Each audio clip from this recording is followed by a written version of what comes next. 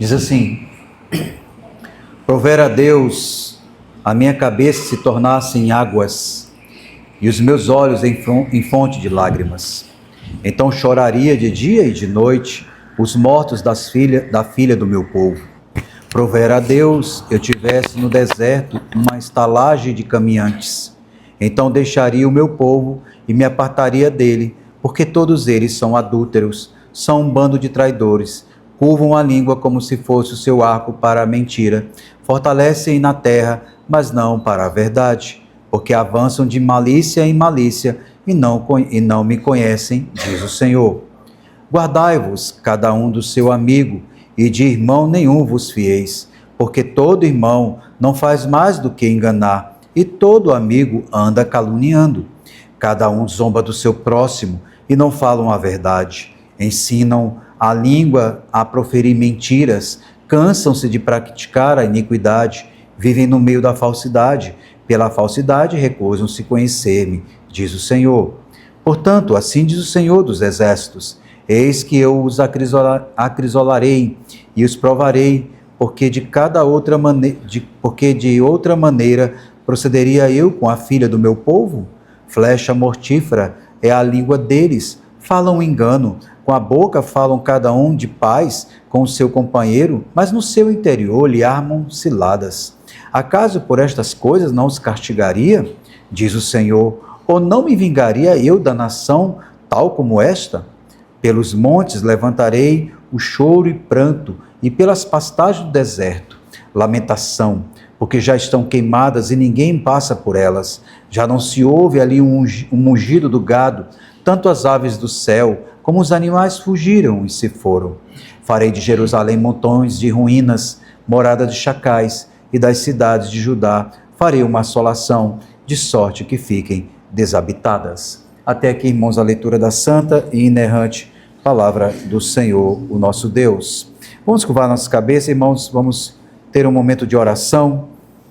Neste momento, Senhor, hoje é o dia do Senhor, é o dia que nós nos reunimos solenemente para nos congregar, para cumprir, ó Deus, o teu mandamento que nos ordena: lembra-te do dia do Senhor para o santificar. Por isso, ó Deus, diante do Senhor, da tua palavra que é viva e santa, eu peço, ó Deus, que por causa do teu grande amor e pela tua palavra o Senhor nos pastoreie. Que possamos, ó Deus, ouvir a voz de Cristo nas Escrituras e ser, ó Deus, cativos pela ação do Deus Espírito e consolados para que possamos aplicar o ensino acolhido com mansidão aos nossos corações. Ó Pai, nos ajuda a ponderar e também, ó Deus, a lamentar os nossos pecados e os pecados, ó Pai, que este mundo vive. Em Cristo Jesus que oramos. Amém. Meus irmãos, eu não sei quantos de vocês aqui já tiveram essa experiência de quando estão chateados com alguma coisa. E quando eu estou falando chateado, eu não estou falando de uma coisa simples. Por exemplo, vamos pensar, perdeu um chocolate que você queria comer e você ficou chateado. É lógico que para alguns um chocolate vale uma briga. Mas eu não estou falando disso. Eu estou falando de algo mais profundo, quando você está chateado com várias situações que acontecem ao redor da sua vida, na sua casa, no seu trabalho ou no trânsito, nos relacionamentos, até mesmo dentro da igreja. E aí vem na sua mente a vontade tão grande de não resolver os problemas, mas fazer o quê? Ir embora. Vontade de largar tudo. Não é assim, porventura, que acontece talvez em muitos casamentos? Quando a crise vem, quando a crise aumenta, a gente fica tão desesperado, tão angustiado, e o mais lamentável que isso acontece no meio do povo de Deus, nós pensamos, a melhor solução é o quê? Ir embora. Por que continuar? Não vale mais a pena. Se você já passou por isso, eu quero te convidar a lembrar que você não é o único. Se você já passou por isso, eu também quero te convidar a olhar, porque o profeta Jeremias passou por isso também. Ele estava aqui lamentando e ele teve uma grande vontade de ir embora. Então vamos ver, irmãos, alguns ensinos dessa passagem sobre aprender nesta noite sobre lamentar. Não na perspectiva de lamentar como a gente pensa, de um lamento que murmura porque as coisas não estão bem e a gente começa a murmurar, mas lamentar ao Senhor Deus a falsidade, a indiferença e a falta de compreensão da graça misericordiosa de Deus. Eu quero começar então trazendo alguns princípios que podem nortear nossa peregrinação na passagem de Jeremias no capítulo 9. Em primeiro lugar, irmãos, eu quero lembrar de um ensino que as Escrituras nos fala e que Jeremias também cita para nós, ainda que não de maneira sistemática, organizada, mas é exposta para nós, que é o ensino da depravação total. A Bíblia ensina essa verdade da depravação total. E essa verdade da depravação total, e nós temos que ser sinceros, ela se torna desconfortável para a raça humana. E ela se torna desconfortável porque ela traz uma realidade, ela faz uma análise cirúrgica, um diagnóstico perfeito de como é o meu coração e o seu.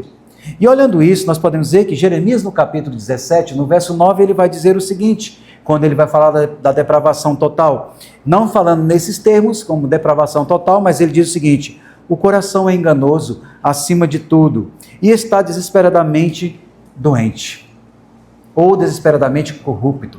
Quem pode entender? E isso, irmão, nós chamamos de doutrina da depravação. O coração do homem é totalmente corrupto. Ele é desesperado para o mal. Não há um coração aqui nesta noite, a começar deste pecador que vos fala, que não tem o desejo e que não luta com o desejo de praticar o mal. Olhando isso, irmãos, nós podemos perceber então o que o apóstolo Paulo diz sobre nós. O apóstolo Paulo, quando escreve aos Efésios, no capítulo 2, no verso 1 e 2, ele vai trazer um princípio. Ele vai dizer o seguinte: ele vos deu vida. Veja, irmãos, essa expressão é muito forte. Ele diz, ele vos deu vida. E aí ele vai explicar quando é que ele nos deu vida. Quando nós estávamos mortos em nossos delitos e pecados.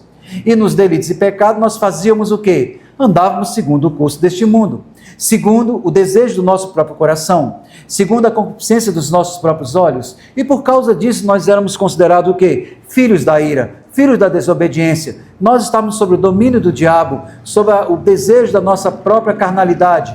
Logo nós estávamos o quê? Condenados. E isso, irmãos, sabe o que significa? Depravação total. Perceba, irmãos, que na contramão da sociedade que vivemos hoje, o apóstolo Paulo não está dizendo para nós, estamos doentes. O apóstolo Paulo está dizendo, estamos mortos. E isso é uma grande realidade, irmãos. O pecado nos matou, o pecado nos separou. O pecado é o que? A quebra da lei de Deus. E a quebra da lei de Deus, ela trouxe para nós o que? A morte. Nós estávamos condenados. Então, queridos, essa é a doutrina do pecado, onde nós vemos na nossa cosmovisão, onde nós vemos que Deus criou todas as coisas, mas temos a tragédia da nossa história, que é o pecado. O pecado veio, tomou conta do mundo, tomou conta das nossas vidas, tomou conta dos nossos lares, tomou conta dos nossos relacionamentos, tomou conta do nosso coração, tomou conta do nosso pensamento e nos criou numa condição de mortos. Por isso que Paulo diz, depois ele vai completando o texto, ele diz, mas Deus, sendo rico em misericórdia, como Pedro diz, Deus em misericórdia, ele nos deu a viva esperança, ou seja, nos deu nova vida para andar nas obras que de antemão ele preparou para andarmos nela. Com isso em mente, irmão, nós temos que lembrar que o ensino bíblico da depravação total afirma 3 verdades a respeito dos homens e a respeito das mulheres. A primeira verdade, somos pecadores por natureza. Isso, meus irmãos, é importante compreender. Não somos pecadores porque pecamos, isso tem que ser corrigido. Nós não somos pecadores porque pecamos. Pecamos porque somos pecadores. Então, queridos, nascemos em pecado. O salmista Davi, ele faz uma exegese, ou então uma interpretação bem real do nosso quadro. Ele vai dizer, eu nasci na iniquidade, o meu pai e minha mãe me conceberam assim. Ele fala da realidade, todos nós nascemos em pecado. Não há uma criança sequer que não venha a nascer, que já não nasça em pecado. A segunda verdade da doutrina da depravação é que cada parte de mim, cada parte sua, ela é corrompida pelo pecado. Isaías nos diz que da planta dos nossos pés até o topo da nossa cabeça, a mente, o coração, as mãos, os pés, a minha boca, tudo é corrompido pelo pecado.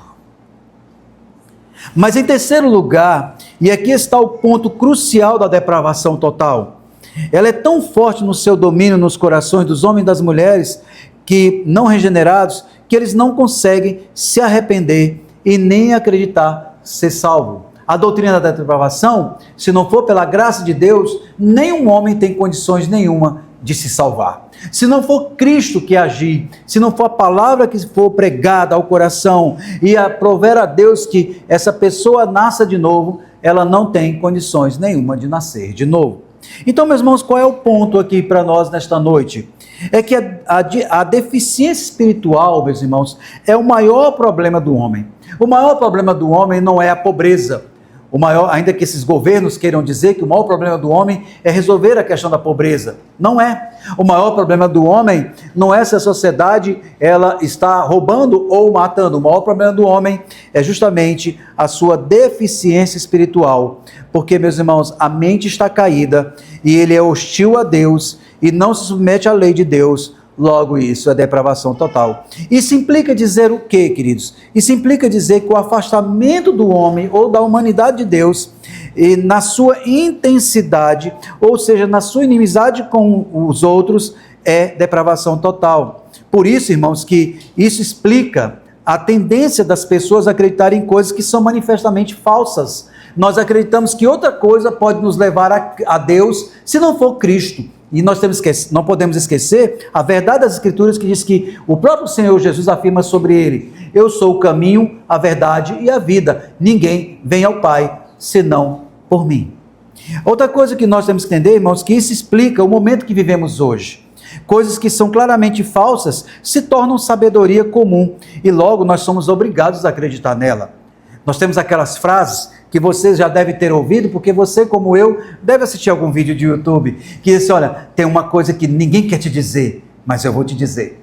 Você sabia que essa frase, ela desperta em nós curiosidade? Você sabia que, por exemplo, nenhum comerciante quer revelar para você, nenhum banqueiro quer revelar para você. Aí você diz, o que o banqueiro não quer revelar? Logo, atira na nossa cobiça. Aí o que nenhum comerciante quer revelar? Porque atira onde? Na nossa cobiça. Você sabia que nenhum médico quer dizer isso? Porque ativa o quê? A nossa necessidade de querer melhorar a qualidade de vida. Isso desperta em nós curiosidade, irmãos. E essas curiosidades despertadas em nós, abrem nosso coração, deixam o nosso coração aberto para se tornar cativo de verdades que parecem ser verdade. Logo, são sofismas ou mentiras. E isso é perigoso. Isso explica também porque as pessoas recusam a única forma de escapar do julgamento por meio do arrependimento na fé em Jesus. Nós acreditamos em tantas coisas que nós chegamos a crer, irmãos, que fora de Cristo nós podemos ser salvos por outra coisa. Nós podemos pagar votos, fazer promessas, procurar outras seitas, outras religiões, fazer sacrifícios, porque nós queremos outra coisa. Isso é depravação total. A depravação total, irmãos, condena a raça humana à miséria seguida de julgamento. Agora, irmãos, conhecendo essa verdade, é importante para nós lembrarmos que ela não é fácil de ser vivenciada. Por quê, meus irmãos? Muitas pessoas dizem que estão cansadas deste mundo. Até crentes dizem assim, eu estou cansado deste mundo. Eu estou cansado de tantos problemas. E geralmente, irmãos, isso se refere aos efeitos da depravação. A depravação, irmãos, ela é escura, ela traz desespero, ela traz engano, ela traz destruição de todos os lados. Então, por causa dessa realidade, podemos perguntar, você já quis simplesmente escapar da condição humana? Eu já pensei nisso. A vontade de ir para um lugar, talvez você já tenha dito assim, estou com vontade de pegar o carro, pegar a estrada e viajar, até acabar o combustível e parar naquele lugar. Mas deixa eu te contar um segredo para você, bem baixinho. Naquele lugar que você for parar, ainda vai ter pecado, corrupção, egoísmo e engano. Sabe por quê? Eu e você estaremos lá. Talvez, cansado das mentiras e das manipulações que acontecem no dia a dia, no trabalho ou em casa, a gente tem uma seguinte resposta. Bom, é melhor eu ir embora. Quem sabe se eu for para uma ilha bem deserta, ficar sozinho não ficará melhor? Bem, se você já fez isso, então você vai gostar desse personagem desta noite, que é Jeremias. Jeremias pensou a mesma coisa que cada um de nós já pensou. Vamos olhar, irmãos, o verso 2, ler esse texto, e eu quero convidar a igreja para que acompanhe a leitura do verso 2 desse texto. Olha o que diz o verso 2, vamos ler juntos, igreja, por favor. Provera a Deus que eu estivesse no deserto, uma selvagem de caminhos, e Então deixaria o meu povo e me arrancaria dele, porque todos eles são adúlteros, são um bando de traidores. Veja, irmãos, aqueles provera, eu encontrasse uma turma boa para caminhar comigo para ir para o deserto, para ir ficar bem longe. Meus irmãos, em seu desespero pelo pecado de Judá, pela rebeldia daquele povo, ele vai sonhar em simplesmente ir embora. Ele está dizendo, eu pudesse ir embora, eu pudesse ir para longe, para um lugar deserto, ficar lá escondido, para não olhar para esse povo. Porque, irmãos, o ministério de Jeremias não era fácil. Era um ministério de 40 anos pregando para aquele povo, repetindo o sermão, voltem para Deus, olha o juízo acontecendo, a disciplina está chegando e o povo faz o quê? Nós não ouviremos, nós não voltaremos, nós não andaremos, nós já escolhemos. O povo sempre tinha uma resposta. E Jeremias, cansado disso, ele vai dizer assim, eu quero ir embora.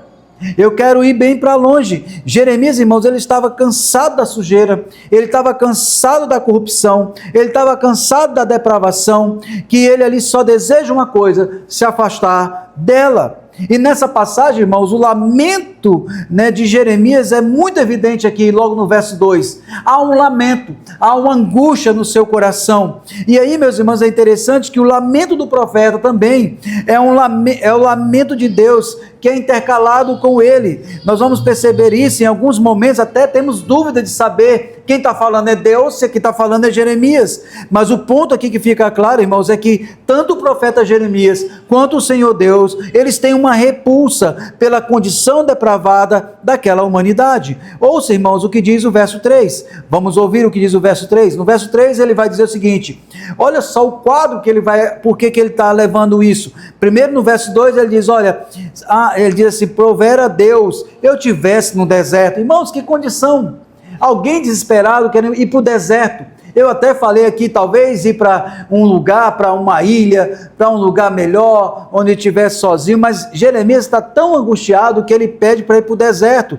Ele procura uma estalagem de caminhantes para poder pegar o caminho, ele quer deixar o povo, ele quer se apartar dele, porque todos eles são, olha o que ele vai dizer, por que ele quer se afastar? Porque são adúlteros, são um bando de traidores, curvam a língua como se fosse o seu arco para a mentira, fortalecem-se na terra, mas não para a verdade, porque avançam de malícia em malícia e não conhecem, diz o Senhor. Então percebe, irmãos, por isso que alguns autores dizem, olha, há uma mistura, uma hora é o Senhor Deus, outra hora é Jeremias, mas o importante é que Jeremias está dizendo, ele está dizendo que esse povo avança para o mal, ele vai de mal à prática de mal, eles não conhecem, diz o Senhor Deus, o próprio Senhor. E Jeremias, irmãos, aqui ele está o quê? Doente, ele está cansado.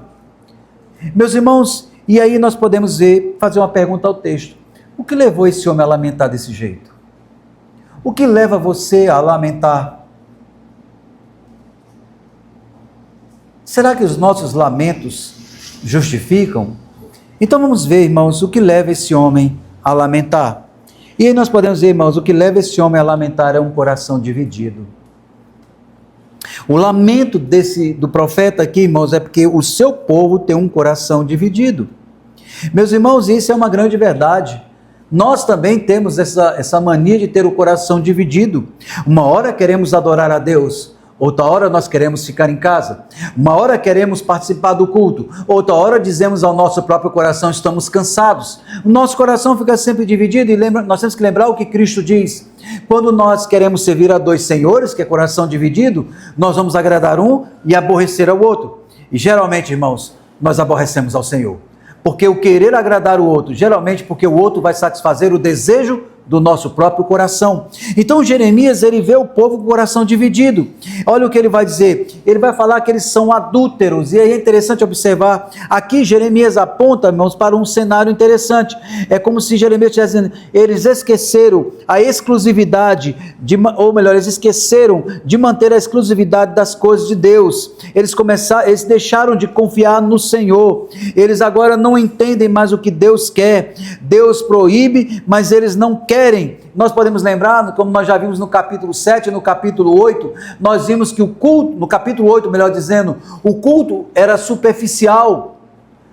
nos lares era superficial, e agora o povo é superficial. O povo tem um coração dividido. E aqui, meus irmãos, é interessante observar, e vejam bem, entendam bem, Deus não proíbe a comunidade, nem o povo, nem a família da fé, aqui nesse cenário, de estarem, e aqui há um cenário de adultério, de ganância, de cobiça. E Jeremias diz, olha, esse povo é adúltero. Meus irmãos, esse povo está dividido o coração. Eles prevaricaram contra o Senhor, o nosso Deus. Olhando mais ainda, irmãos, ele vai mostrar, olhando ainda o verso 3, veja o verso 2, ele vai dizer, esse povo, ele vai dizer, verso 3, ele vai dizer, verso 2, eles são todos adúlteros e são um bando de traidores. O adultério aqui tem a ver com o abandono da pessoa do Senhor Deus, e os traidores tem a ver com essa atitude que combina com isso. E aí ele vai dizendo, isso tudo me cansa. Isso tudo me fere. E é interessante observar, irmãos, que tudo isso faz o próprio profeta Jeremias dizer o seguinte, eu quero ir embora. É interessante, irmãos, quando a gente pergunta isso, né? A gente olha aqui Jeremias, e me permita fazer algumas aplicações aqui. Primeiro, quando a gente chega para alguém e pergunta assim, você tem algum motivo de oração? Até às vezes falamos assim, irmãos, eu queria orar pelo meu emprego. Eu queria pedir oração pelo meu sustento, eu queria pedir oração pela minha saúde, eu queria pedir oração por um esposo, eu queria pedir oração por uma esposa, e veja, irmãos, esses pedidos não são errados. Mas qual é o ponto aqui, meus irmãos? Também tem pedidos que a gente pega, né, e tem uns que são muito interessantes, eles pedem assim, eu quero pedir pela minha vida espiritual. Mas, irmãos, quando você coloca vida espiritual, qual é a razão? Por que você está pedindo pela sua vida espiritual? Você já parou para pensar nisso? Jeremias está aqui, irmãos, numa luta. Ele está querendo ir embora, ele está querendo deixar. E aqui, meus irmãos, é interessante olhar isso. Quando a gente vê o cenário da igreja, quando vê a indiferença do povo de Deus, Jeremias lamenta, ele quer ir embora. E aí nós podemos perguntar, né? E Jeremias está cansado, ele precisa o quê? De um cuidado espiritual. Então, meus irmãos, muitas vezes nós temos que aprender a pedir isso. Nós podemos fazer o seguinte, pedir de oração pela vida espiritual. Por que nós devemos pedir pela vida espiritual? Porque temos lutas, irmãos, todo dia nós lutamos. Nós temos lutas em casa, nós temos luta no trabalho, nós temos lutas internas no próprio coração, nós temos tantas dificuldades que nos atrapalham de manter Deus como exclusividade. Às vezes até levantamos de madrugada, levantamos às 4 da manhã, levantamos às 5 da manhã, ou levantamos às 6 da manhã, mas no entanto, irmãos, quando nós nos levantamos, não é porque nós sabemos que teremos lutas, nós levantamos porque queremos ir ou à academia, ou porque temos que trabalhar, ou tem um trabalho da faculdade que eu preciso fazer, e quando eu concluo o meu exercício, quando eu termino meu trabalho da faculdade, eu não levanto no outro dia para orar. Nós sabemos, irmãos, que temos lutas. Jeremias está vendo uma grande luta, e a luta do seu coração que faz ele tomar uma atitude para ir embora, é porque o povo tem um coração dividido. Irmãos, uma geração de crentes que tem um coração dividido, ele faz com que outras pessoas lamentem e desejem ir embora. Jeremias tem isso no seu coração, ele está preocupado, ele está ensinando, ele está pregando e o povo não muda, e ele diz assim, ele está tendo dificuldades aqui, ele está dizendo, eu quero ir embora. E aí Jeremias está mostrando uma luta que nós temos quando o povo de Deus tem um coração dividido, quando queremos ser fiéis e nós temos essas lutas e queremos ir embora. E qual é a razão por que esse povo, Jeremias quer ir embora? Porque esse povo tem dificuldade de manter a exclusividade na presença de Deus. Irmãos, assim também é nós. Nós temos dificuldade, irmãos, de manter a exclusividade de Deus. Mas a nossa agenda é cheia e a gente se contenta, irmãos, com 5 minutos. Se contenta com 30 segundos. E aí Jeremias diz que ele chora. Se nós olharmos, ele vai dizer que ele chora. Veja o verso 1, o que ele vai dizer para nós. Olha lá no verso 1. Provera a Deus a minha cabeça e tornasse em águas, e os meus olhos em fonte de lágrimas. Então choraria de dia e de noite os mortos da filha do meu povo. Jeremias está chorando. Nós sabemos que Jeremias é conhecido como um profeta chorão. Ele está tendo uma crise espiritual. Não é assim que a gente pede? Pela nossa vida espiritual. A gente tem que sempre orar pela nossa vida espiritual, buscar reforçar a nossa vida espiritual, porque a crise de um, de outro, a crise do nosso próprio coração, a crise da igreja, a crise da sociedade, a crise do nosso lar, ela cria em nós o quê? Lamentos. Só que o lamento aqui, meus irmãos, Jeremias pede para ir embora. Jeremias quer ir para longe. Essa é a primeira coisa que vem no coração. Mas nós sabemos, irmãos, que Jeremias não vai embora. Ele continua pregando 40 anos. Isso é um princípio que nós devemos lembrar. Os nossos lamentos, as nossas crises, elas não estão em nosso meio para que a gente largue as pessoas, deixe de amá-las, deixe de orar por elas. Mas esse lamento vem para fortalecer a nossa vida espiritual e vem também para mostrar para nós o quanto precisamos do Senhor. Jeremias diz, eu quero chorar, eu quero ir embora. Mas, irmãos, o que nos faz louvar a Deus é que Ele não vai embora. Ele continua 40 anos pregando. Quando estamos lamentando as crises, quando tem problema na igreja, qual é a primeira coisa que passa no coração da gente? É ir embora. Muito bem, com isso em mente, é lógico que nós temos que identificar, e aqui nós vemos do verso 2 em diante ao 6, uma radiografia do que é a corrupção do homem, e que nos faz adoecer, que nos faz chorar, que nos faz querer ir embora, porque a gente luta e aquele povo não melhora. Talvez você vá olhar assim, quando é que esse irmão vai crescer? Quando é que esse irmão vai amadurecer? Sempre a mesma coisa, sempre o mesmo comportamento, sempre a mesma meninice. Então vamos ver, irmãos, algumas coisas que Jeremias traz para nós. Olhando do verso 2 até o verso 6, nós encontramos aquilo que nós podemos chamar de uma radiografia da corrupção humana. Qual é o primeiro aspecto? Nós podemos perceber que Jeremias faz uma afirmação muito forte. Ele fala que o primeiro problema que ele diagnostica aqui na geração dele é que há uma infidelidade espiritual. Ele vai dizer no verso 2, todos são adúlteros. Irmãos, Judá, esse povo aqui de Judá teve o privilégio de conhecer o verdadeiro Deus. Esse povo aqui teve o privilégio de ter um templo que ficava no centro da cidade de Jerusalém, que fora construído para ser a habitação do Senhor Deus. Nós devemos lembrar que quando Salomão construiu o templo, o Senhor Deus ouve a oração de Salomão, o Senhor desce ali naquele templo, ele santifica aquele lugar, e naquele lugar ele vai dizer o seguinte, se o meu povo que se chama pelo meu nome, se humilhar e orar, então eu ouvirei dos céus, sararei os seus pecados, sararei suas feridas, perdoarei seus pecados. O Senhor Deus vai lá e diz a Salomão que ouve a oração, que aquele é o lugar de habitação dele, ele vai ouvir a oração do povo. O povo tinha o privilégio de conhecer o Deus verdadeiro que se revelou a ele, o povo tinha o templo na terra que ficava na sua cidade, mas irmãos, olha a tristeza, eles insistiram em continuar adorando ídolos vãos e falsos. O profeta Jonas, quando está no ventre do grande peixe, ele vai dizer o seguinte, aquele que se entrega à idolatria vã, ele abandona o Deus que é rico em misericórdia. Esse povo abandonou o Deus que é rico em misericórdia e se entregou à idolatria vã. E a linguagem aqui, meus irmãos, de infidelidade espiritual, ou então todos são adúlteros, é uma linguagem conjugal. O profeta Jeremias usa um termo que traz a ideia de um relacionamento conjugal, ou seja, não se trata apenas de uma imoralidade sexual, embora ela estivesse presente, mas a ênfase principal aqui, meus irmãos, é a idolatria. Lembra que no Monte Sião, ou melhor, no Monte Sinai, o povo quando está lá para receber a lei, ali há um tratado, há um casamento, o Senhor, o noivo, dá as ordens e a noiva responde, o noivo diz, não terás outros deuses diante de mim, e a noiva vai responder dizendo que não haverá, ali é um termo de casamento, e ali há uma memória ao casamento, ao enlace de uma fidelidade, onde cada um vai cumprir a sua parte. Mas veja, irmãos, esse povo abandona Deus e a traição deles, aqui a questão de adultério aponta para a idolatria. Eles pertenciam ao Senhor, mas se entregaram o seu coração a ídolos. Apesar da depravação ser descontrolada, irmãos, ele se refere aqui olhando a adoração a ídolos. Irmãos, isso é um grande perigo que acontece em nosso coração.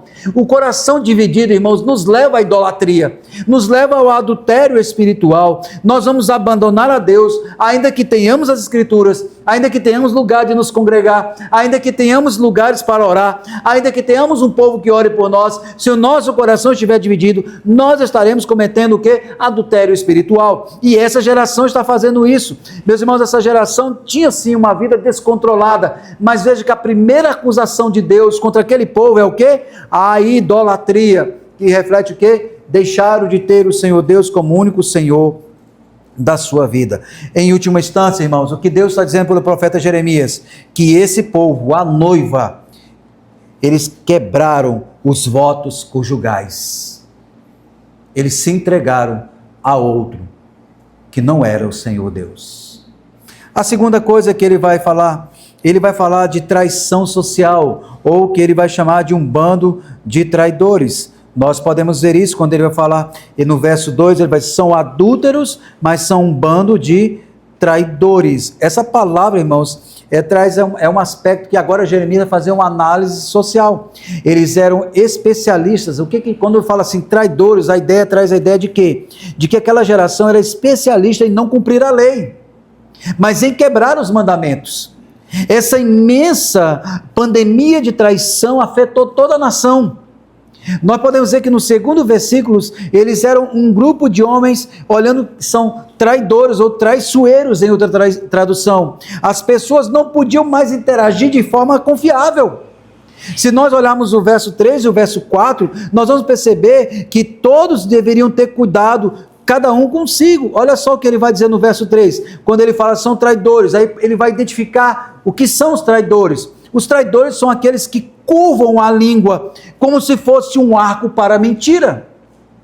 Os traidores fortalecem-se na terra, mas não para a verdade, mas para o avanço da malícia e em malícia, e não conhecem, diz o Senhor. Aí vem uma aplicação, o Senhor diz, olha, guardai-vos cada um do seu amigo, do seu irmão, e não sejam fiadores dele, porque todo irmão não faz mais do que enganar, e todo amigo é caluniador. Então o que Jeremias diz? A sociedade se perdeu, eles são traiçoeiros, eles são caluniadores, eles são traidores. As pessoas não podiam mais confiar, elas não poderiam interagir, porque esse tipo de pessoa, eles não eram dignos de confiança. E aí, meus irmãos, é interessante que Jeremias usa uma expressão, ele usa a expressão enganador. E enganador aqui, meus irmãos, aponta para a raiz do nome de Jacó, que ocorre 13 vezes no Antigo Testamento, e essa palavra aqui, calcanhar, é a mesma que é usada em Gênesis 3,15, quando o Senhor Deus diz que ferirá o calcanhar, quando ele fala da inimizade entre o filho da mulher e o filho da serpente. Ele aponta, ou seja, há um enganador. E aqui, meus irmãos, essa palavra enganador, olhando para Gênesis 3,15, descreve a mordida, né, da serpente no calcanhar da humanidade. E quando ele aponta a palavra caluniador para que traz a raiz da palavra Jacó, ele aponta para todo aquele que anda a caluniar. Ou seja, aqui mesmo o calcanhar serve como um ponto de impacto para a manifestação da hostilidade entre a semente da humanidade e a semente da serpente. A segunda aplicação para a palavra enganador quer dizer que traz o nome, lembrando de Jacó, que é aquele que ele agarra o calcanhar. Nós lembramos quando Jacó e Esaú nascem, quando Esaú nasce, ele já nasce com Jacó agarrando ao calcanhar. O que isso quer dizer? Que aquela geração tinha tanto desejo do mal pelo mal, que eles se tornaram, nos seus atos, parecidos com os filhos da inimizade. Eles estão dispostos a ganhar, a lucrar, a ferir. Então a sociedade em geral, o vizinho, o amigo, o parente, irmãos, veja o estrago. Os familiares, dentro de casa ou nos relacionamentos, eles tinham um instinto de trair, um instinto de destruir, um instinto de explorar, e isso era tão forte que eles não dava nem para ter paz entre eles. E aí vem a palavra do Senhor Deus para ter cuidado com eles. Outra questão também que nós podemos ver é que eles ensinam eles falam a língua da mentira, ou eles falam mentiras, que é a falsidade verbal, né? Além do adultério e da traição, o texto destaca a falsidade, e essa falsidade emergindo de uma depravação total no Judá, porque no verso 5 vai dizer que todo mundo engana o seu próximo e ninguém fala a verdade. Meus irmãos, é interessante olhar isso. Veja o que vai dizer o texto. Quando a gente vai olhando no verso 4, o autor diz, Jeremias, guardai-vos cada um do seu amigo. Veja, aquele que você pensa que é amigo, ele vai falar mal de você, ele vai te trair, ele vai pegar no teu pé, ele vai te enganar. Guarda do teu irmão, nem seja, do irmão e nenhum vos fieis, não seja fiador, porque todo irmão não faz mais do que enganar. Aí aponta cenário de Jacó e Esaú. E todo amigo anda caluniando. Aquele que senta contigo, que janta contigo, que abraça. A ideia é essa. Ele abraçou, ele jantou contigo, você ajudou ele. Quando ele percebeu que alguma coisa ruiu, ou que ele ficou chateado com alguma coisa, o que ele vai fazer? Ele vai se vingar. E como é que ele vai fazer? Ele vai andar de casa em casa, caluniando você. E aí, meus irmãos, olha o que o texto diz no verso 5. E cada um zomba do seu próximo. Eles não falam a verdade. Ensinam a sua língua a proferir mentiras. Eles trabalham, irmãos, a ideia aqui que há um prazer na mentira, ou então tem uma arte, né, da mentira. Eles vivem da mentira e eles as falam de tal maneira que para eles ela se tornou verdade. Meus irmãos, e aí é interessante, cansam-se de praticar a iniquidade. O que Jeremias está dizendo para nós, Ele está dizendo que essa falsidade, ela é coexistente no meio daquela geração. Isso cansa Jeremias. Ele prega, mas veja, irmãos, ele está falando para o povo de Deus. Talvez na sua mente assim, olha como os incrédulos são. Mas, irmãos, o Senhor Deus está falando para os filhos da mulher. Ele está falando para o povo do pacto. Ele está falando para o povo da aliança. O povo de Deus estava falando mal um dos outros. Estavam caluniando, entrando nas casas, nos lares.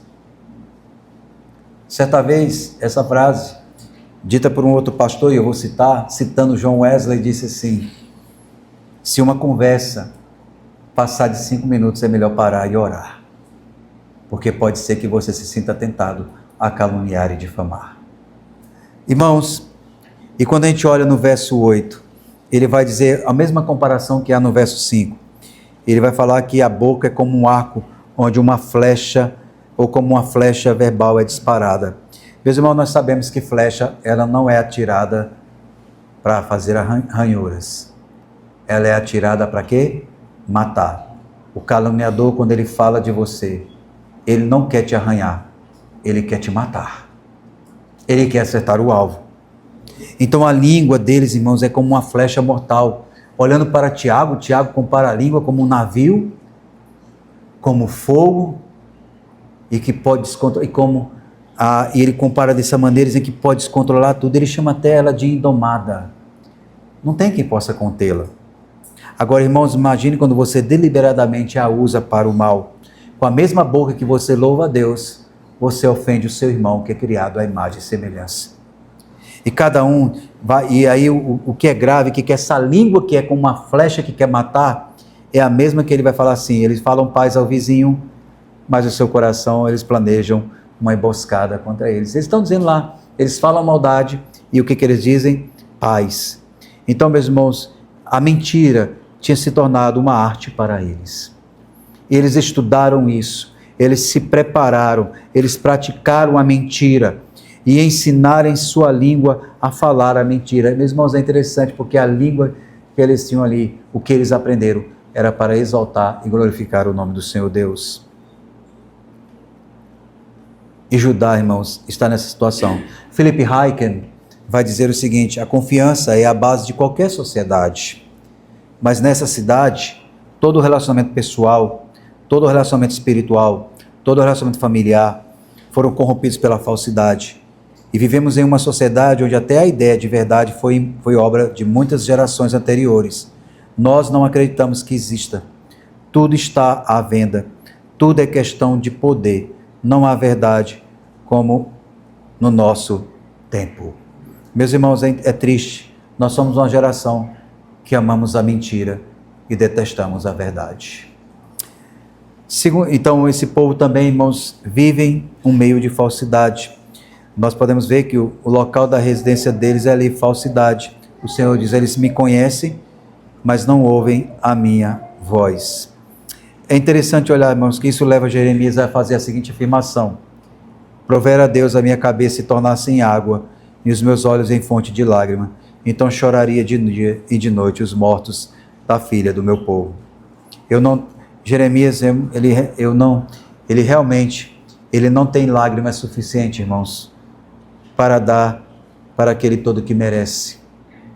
E por mais desanimado que ele estivesse, por mais que ele sonhasse fugir de tudo, Jeremias reflete sobre por mais que ele reflita sobre conseguir uma cabana, ou um tipo de hospedagem com viajantes, que o afastaria de toda a sociedade. Por mais que ele desejasse ter uma vida solitária, nós temos que lembrar, irmãos, que esse não é o padrão daqueles que são chamados por Deus. O nosso padrão não é fugir. O nosso padrão é lamentar o pecado e orar. Jeremias sonhava em escapar e fugir. Mas veja o que Robert Dixon diz, que ele se escolhe horrorizado diante da depravação, que ele se encolhe, diante da depravação que vira ao seu redor. Seu instinto natural era optar por não se envolver na sociedade corrupta. Ou é Deus que sonha com aquela cabana no deserto? É difícil. É natural, irmãos, quando a gente está com problema, querer fugir. E isso é depravação. Nós queremos escapar. Matthew Henry diz assim: observa muito sabiamente que eles podem estar cansados em suas buscas pecaminosas, mas ainda não estão cansados dela. Não, eles ainda estão comprometidos com o pecado, mas o pecado está desgastando-os. E diz, meus irmãos, o pecado desgasta não somente aquele povo, mas desgasta a igreja do Senhor. O meu pecado e o seu pecado desgasta a igreja de Cristo. Muito bem, meus irmãos, com esse quadro tão triste, o que nós podemos perceber? Quando nós chegamos do verso 7 ao 11, nós encontramos que uma pessoa fala aqui. E essa pessoa que fala a verdade, a saber, é o Senhor.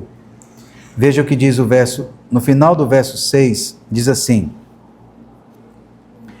vivem no meio da falsidade, e pela falsidade recusam-se a conhecer-me, diz o Senhor. Os irmãos devem lembrar que o culto era falso, a adoração no lar era falsa, a vida na sociedade era falsa. Aí o Senhor vem com um portanto, no verso 7. Portanto, assim diz o Senhor dos Exércitos. Irmãos, o que o Senhor dos Exércitos vai dizer para esse povo? Essa é a voz que fala no texto. Eis que eu os acrisolarei e os provarei, porque de outra maneira procederia eu com a filha do meu povo. Flecha mortífera é a língua deles, falam engano, com a boca cada um de paz com o seu companheiro, mas no seu interior armas ciladas. Acaso por estas coisas não o castigaria, diz o Senhor, ou não me vingaria eu desta nação como esta? Meus irmãos, e aí vem interessante o que Deus vai dizer. Meus irmãos, o Senhor vai afirmar aqui o que ele vai fazer. O Senhor diz: esse povo é mau, esse povo pratica o mal. O fato dessa depravação ser a regra da vida deles e ser o modo de trabalhar e o seu modo de viver mostra o quanto eles estão alienados de Deus. E aí Deus diz que vai agir. Meus irmãos, essa alienação deles a respeito de Deus não era apenas uma inércia, mas era, como diz o versículo, era uma resolução ímpia no coração deles. Se os irmãos olharem daqui do capítulo 1 do capítulo 2 até o capítulo 9, sempre aquele povo diz: nós não faremos, nós não andaremos, nós não ouviremos. Meus irmãos, aquele povo sempre recusou ouvir a voz de Deus. E aí o profeta, o Senhor Deus, diz que esse povo se acostumou com a falsidade. E aí Deus diz que vai depurar. É interessante olhar isso, irmãos, porque o verso 7 diz assim: eis que eu acrisolarei. Essa palavra acrisolarei, meus irmãos, é uma linguagem muito forte. Em outra tradução é eu depurarei. E o Senhor vai usar uma linguagem aqui, meus irmãos, de metalurgia, da metalúrgica. O que quer dizer isso? É que ele vai colocar aquele metal no fogo para revelar toda a sua composição real. Ele está dizendo que aqui, meus irmãos, nesse aspecto, o Senhor vai dizer, eu vou acrisolar, ou seja, eu vou depurar, eu vou colocar no fogo. E aqui, meus irmãos, não é um fogo, e aqui nós temos que olhar que esse texto aqui não aponta um fogo destrutivo sem propósito, mas um fogo revelador e purificador. Deus está dizendo que a falsidade havia penetrado de tal forma na estrutura moral do povo, que apenas a fornalha da disciplina poderia expor e tratar aquela corrupção. Ou seja, irmãos, aqui é um princípio espiritual solene. Meus irmãos, o que Deus está dizendo aqui? Que quando a palavra já não corrige, quando os profetas já não são ouvidos, quando os apelos de arrependimento são repetidos e rejeitados, resta apenas a pedagogia do fogo. E aqui, meus irmãos, eu quero deixar isso muito claro. Às vezes nós temos uma ideia de que, não, essa linguagem era do Antigo Testamento. Irmão, essa linguagem é para hoje. Se você ouve a palavra de Deus e você não se deixa corrigir por ela, se você escuta a proclamação dela e você fecha os seus ouvidos aos apelos do arrependimento, e se você rejeita a voz da palavra de Deus, meus irmãos, então você vai passar, irmãos, eu vou passar, nós vamos passar pela pedagogia do fogo. Ou seja, Deus prova porque Ele ama, mas também Ele prova porque Ele é santo, e aí Deus vai fazer o quê? Ele vai acrisolar.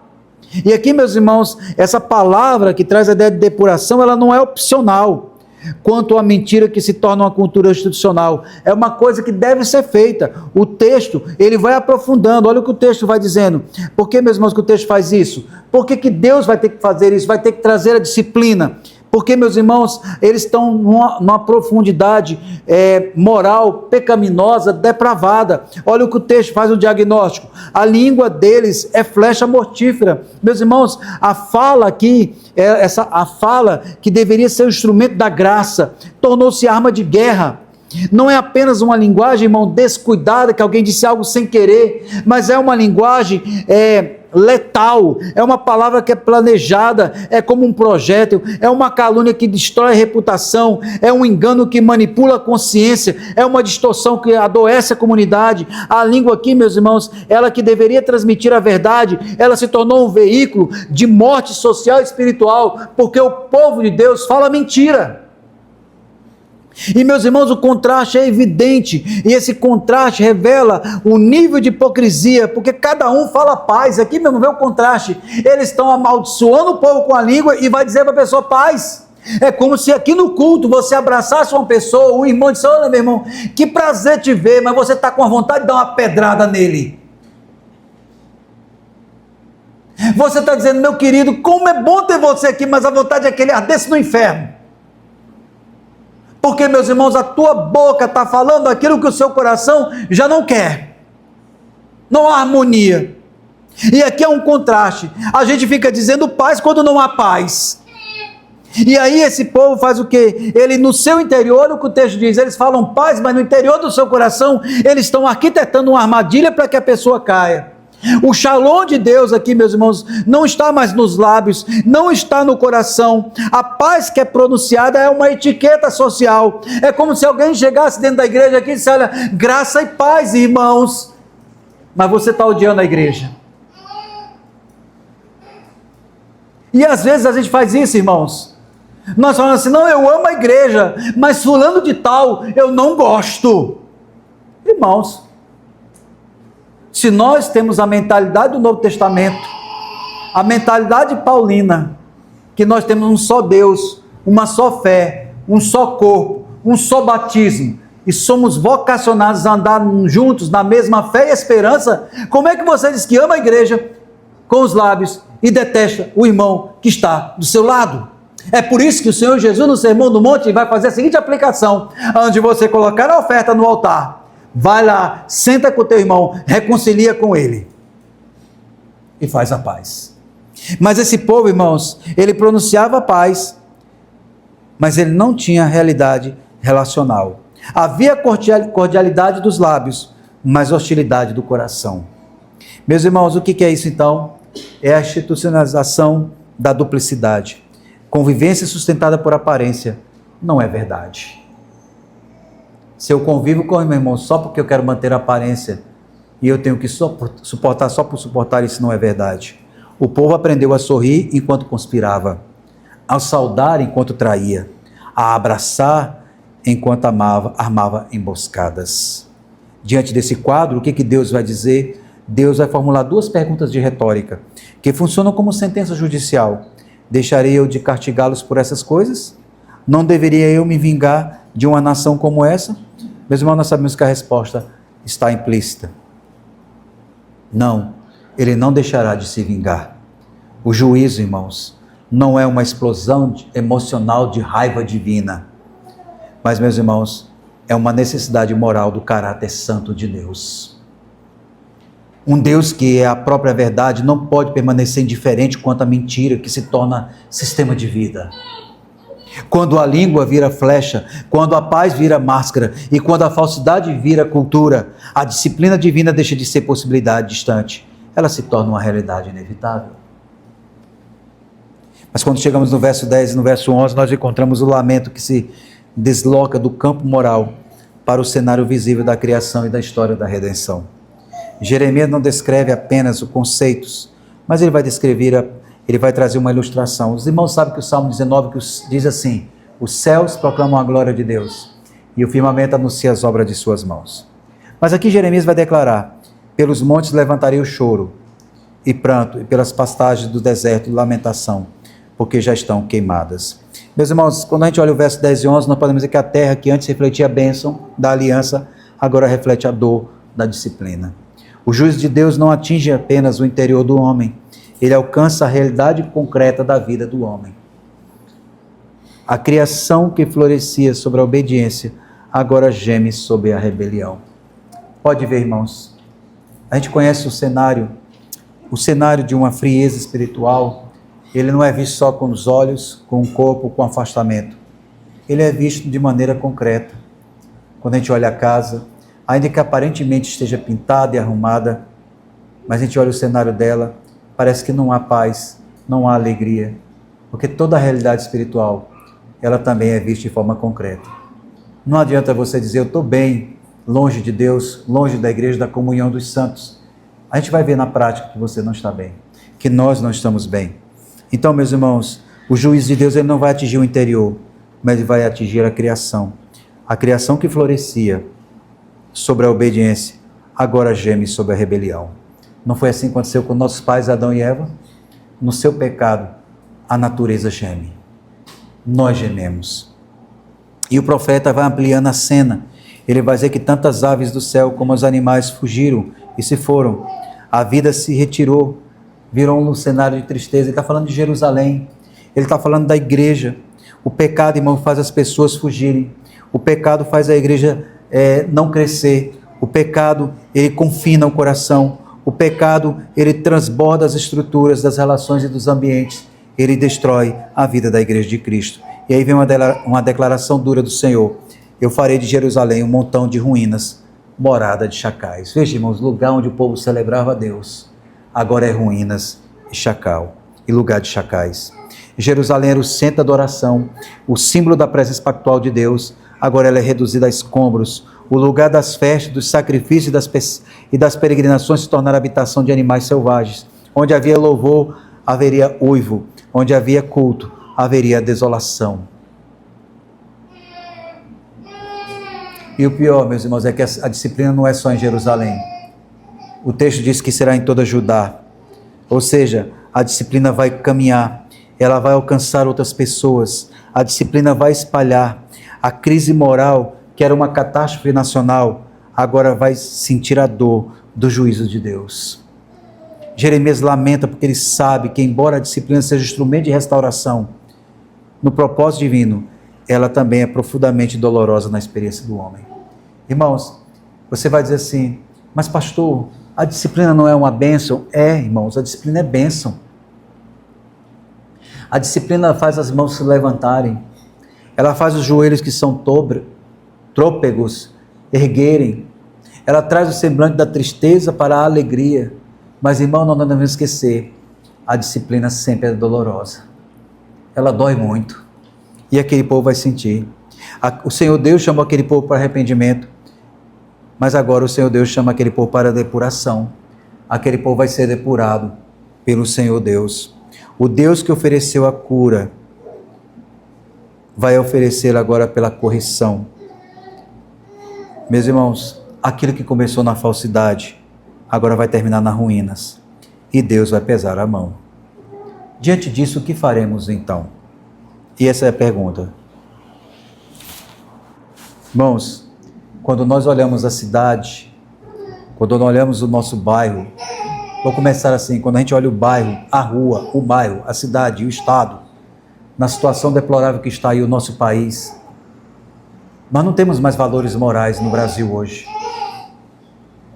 Nós temos mentiras, calúnia, difamação, cada um querendo derrubar o outro, cada um querendo trazer uma novidade de informação como um paladino da verdade.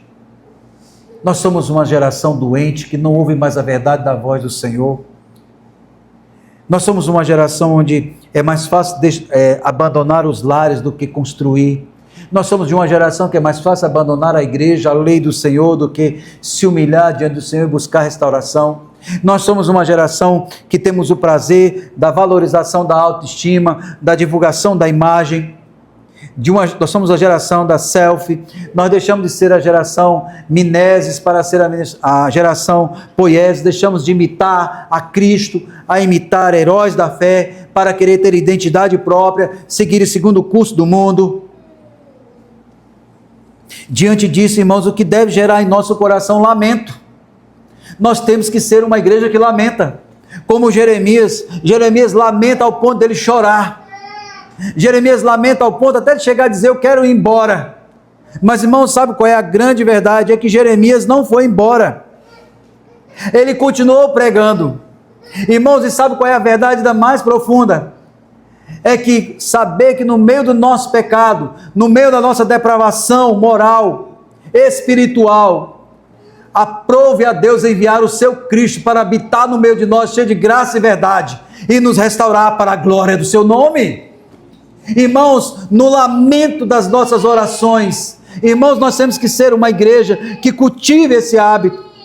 Meus irmãos, Jeremias vai dizer: pelos montes levantarei choro e pranto, pelas pastagens do deserto lamentação, porque já estão queimadas, ninguém passa por elas, já não se ouve ali um mugido do gado, tantas aves dos céus, como os animais fugiram e se foram, farei de Jerusalém um montão de ruínas, diz o Senhor Deus. Mas, irmãos, Jeremias diz que vai chorar.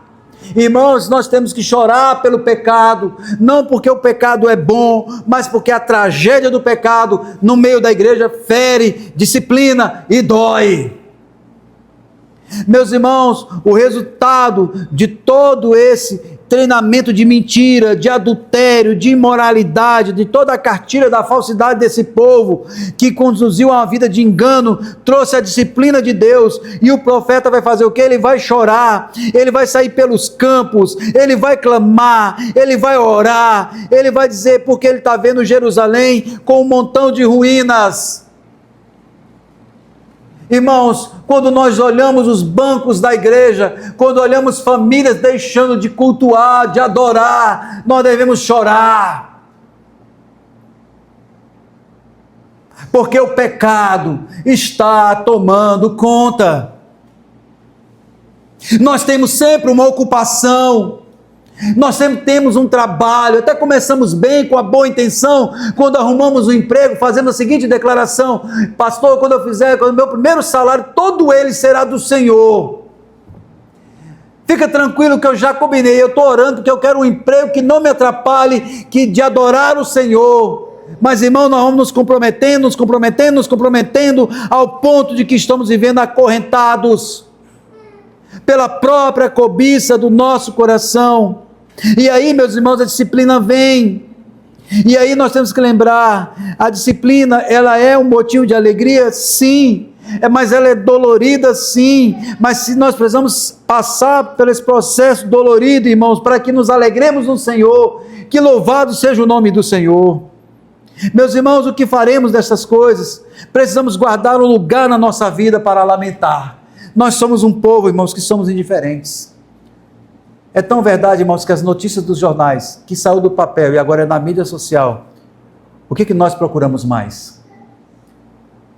As imagens de terror, de violência, de agressão. Tem hora que passamos horas vendo aquelas cenas que colocam na mente, dizendo que estão trazendo uma notícia, mas você já parou para pensar que você não vai lembrar da notícia, mas na sua mente vai ficar impregnada aquela cena imoral, você costuma ver e você não lamenta mais, porque esse foi o resultado do pecado na vida do homem.